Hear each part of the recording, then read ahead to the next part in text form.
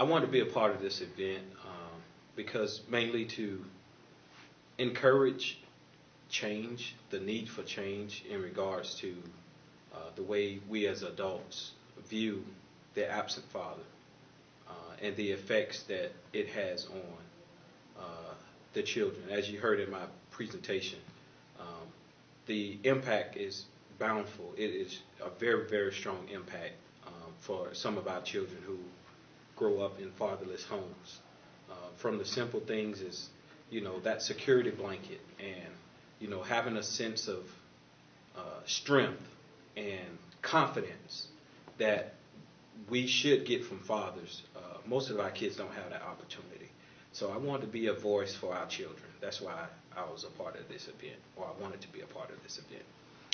How do we get over excuses in regards to why fathers are not involved in children's lives? One of the important factors I've helped to, what has helped me is to look down the road, look forward. We can always look back and say what we didn't have, or look at what we didn't get.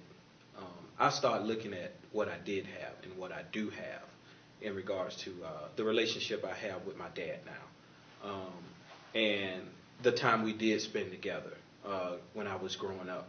And also, too, I look at some of our fathers now who don't have a relationship with their child, and they don't see the importance of them not being present. And so that excuse that they give, well, I have to go to work, or I had to travel this weekend. That time with your child is very, very, very important. And it doesn't have to be, an all-day thing. If you can only spend an hour with them, let that hour be an hour of time that your kid can have with you to get to know each other, to do fun things. It doesn't have to be, the excuses doesn't have to be I cannot do. It's about finding a way. It's about finding a way. Doing something, being involved in your child outside of financial support and things like that. Our kids want our presence, not our presence. I didn't have a problem with forgiveness. I had a problem with the want, I knew the importance of dad or a dad being in my life. So my problem wasn't with, whether I forgive my dad. It was more of, how can we move forward?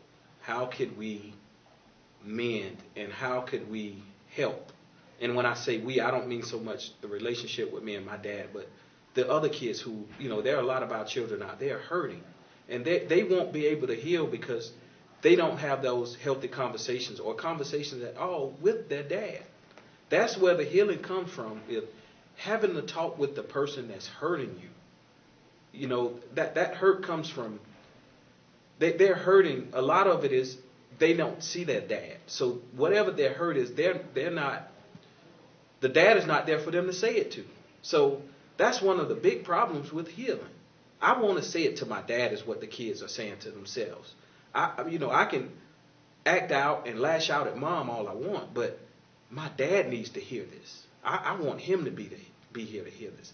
That is one of the most important pieces to the healing process. Is that my name is Namon Richardson. You can follow me on Facebook under Namon Pete Richardson. You can follow me on Twitter at To The Game Changer. Again, my business name is The Game Changer. I'm available for motivational speeches and training, team leadership development, all that good stuff.